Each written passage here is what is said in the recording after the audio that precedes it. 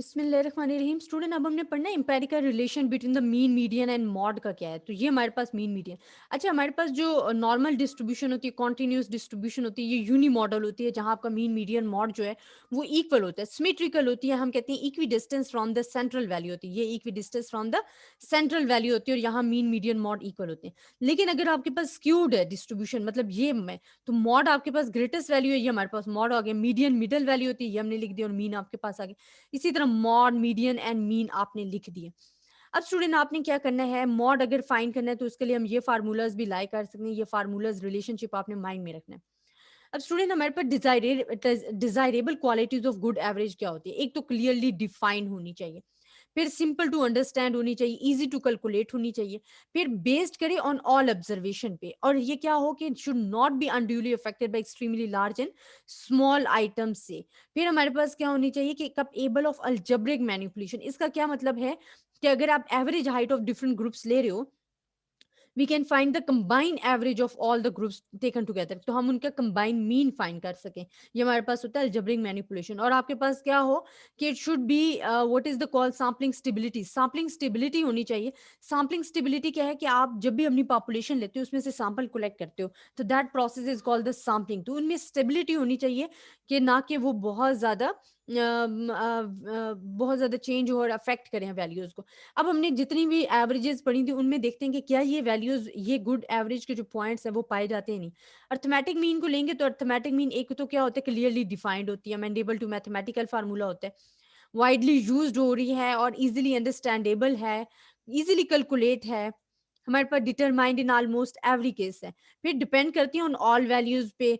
हमारे पास further algebraic manipulation. अच्छा, जो फर्स्ट थ्री हमारे पास है ना, मीन मीडियन, नहीं सॉरी, मीन, ज्योमेट्रिक मीन और हार्मोनिक मीन, उनमें ये पॉइंट्स जरा सेम सेम हैं, ठीक है, क्योंकि ये हमारे पास न्यूमेरिकल है। जो मीडियन एंड मॉड है वो क्वालिटेटिव में आ जाते हैं और ये स्टेबल होती है मेजरमेंट। बट इसके डिसएडवांटेज क्या है, एक्सट्रीम वैल्यू से बहुत ज्यादा इन्फ्लुएंस्ड होती है, ठीक है। अप्रोप्रिएट एवरेज नहीं है for the highly skewed distribution के लिए, और आपको ओपन एंड क्लासेस में ये वैलिड रिजल्ट नहीं देती है। और हमारे पास it locate the value at the point which few और none of the actual observation lie, कि सेंट्रल वैल्यूज शो करती है, ये नहीं बताती कि वैल्यूज फैली कितनी हुई है, स्प्रेड कितनी है। Advantage and disadvantage of geometric mean, ये भी हमारे पास क्या है कि मैथमेटिकल फार्मूला पे है, डिफाइंड है, इजीली डिफाइंड है, बेस्ड ऑन ऑल वैल्यूज करती है, लेस अफेक्टेड एक्सट्रीम वैल्यूज है, algebraic manipulations, capable of algebraic manipulations है, इक्वल वेट्स प्रोवाइड करती है, अफेक्ट नहीं होती फ्लक्चुएशन ऑफ सैम्पलिंग से, और एवरेज रेट्स के लिए जो है ना, रेशियोज के लिए जबरदस्त बेस्ट एवरेज है हमारे पास ज्योमेट्रिक मीन। लेकिन अगर इसमें कोई भी वैल्यू जीरो हो जाती है देन इट्स टोटली खत्म हो जाती है, ठीक है।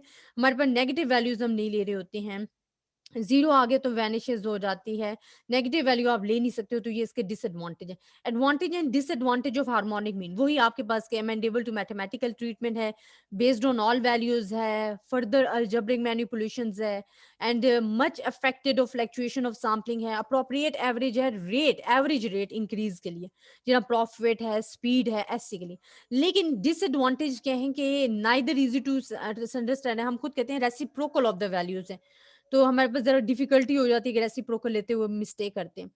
ग्रेटली इन्फ्लुएंस करती है एक्सट्रीम वैल्यूज़ पे, और हमारे पास अगर ज़ीरो है तो फिर हमारे पास डिफाइन नहीं होता, क्योंकि वो इन्फिनिटी में चेंज हो जाती है। ये जो मीडियन एंड मॉडर्न है, ये हमारे पास ज़रा क्वालिटेटिव में भी आ जाते हैं। इसके एडवांटेज क्या है कि एक तो सिंपल है, सिंपली आपको median value easy to calculate है, अफेक्ट नहीं करती extremely large and small values की, क्योंकि हमने मीडियन ही फाइंड करना है ना, वो अगर आपके पास क्वालिटेटिव टर्म में भी आप फाइंड कर सकते हो। ओपन एंड क्लास में आप इजीली इसे क्या करते हो, it can B computer from an open and class में आप इसे कर सकते हो फाइंड। और ये मोस्ट अप्रोप्रिएट एवरेज है for the highly skew distribution के लिए, जैसे वेजेस इनकम है।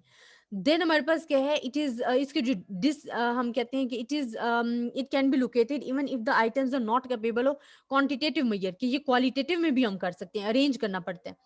It is not affected by changes in the values of items. Disadvantage क्या है कि नॉट रिगेडली डिफाइंड नहीं है हमारे पास, based on all the values नहीं करती है, कैपेबल ऑफ अल्जेब्रिक मैनिपुलेशंस है, क्योंकि क्वालिटेटिव टर्म में आ जाती है, और अरेंज करना नेसेसरी होता है, अदरवाइज आपका आंसर रॉन्ग आएगा। मॉड क्या है, सिंपल टू अंडरस्टैंड है, इजी टू कैलकुलेट है, सिंपली हमारे पास लोकेटेड है simply by the inspections in the discrete distribution है, not affected by extreme values और स्मॉल या लार्ज वैल्यू से अफेक्ट नहीं करती। ओपन एंड क्लास में भी आप इसे डिटरमाइन कर सकते हो क्वालिटेटिव टर्म के लिए भी, नॉट क्वांटिटेटिव बल्कि क्वालिटेटिव के लिए भी आप कर सकते हो।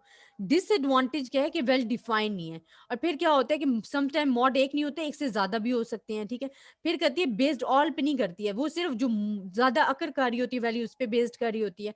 अलजेब्रिक मैनिपुलेशंस वाला तो है ही नहीं क्योंकि ये क्वालिटेटिव टर्म में आती है। फिर मॉड जो है नो वेल डिफाइंड अगर distribution small number of values पे कंसिस्ट है। तो ये हमारे पास वैल्यूज़ आ जाती हैं। स्टूडेंट ये मोस्ट इम्पोर्टेंट टॉपिक है, आपने माइंड में रखना। आई होप आपको समझ आया होगा। अपनी दुआओं में याद रखिएगा। अल्लाह हाफ़िज़।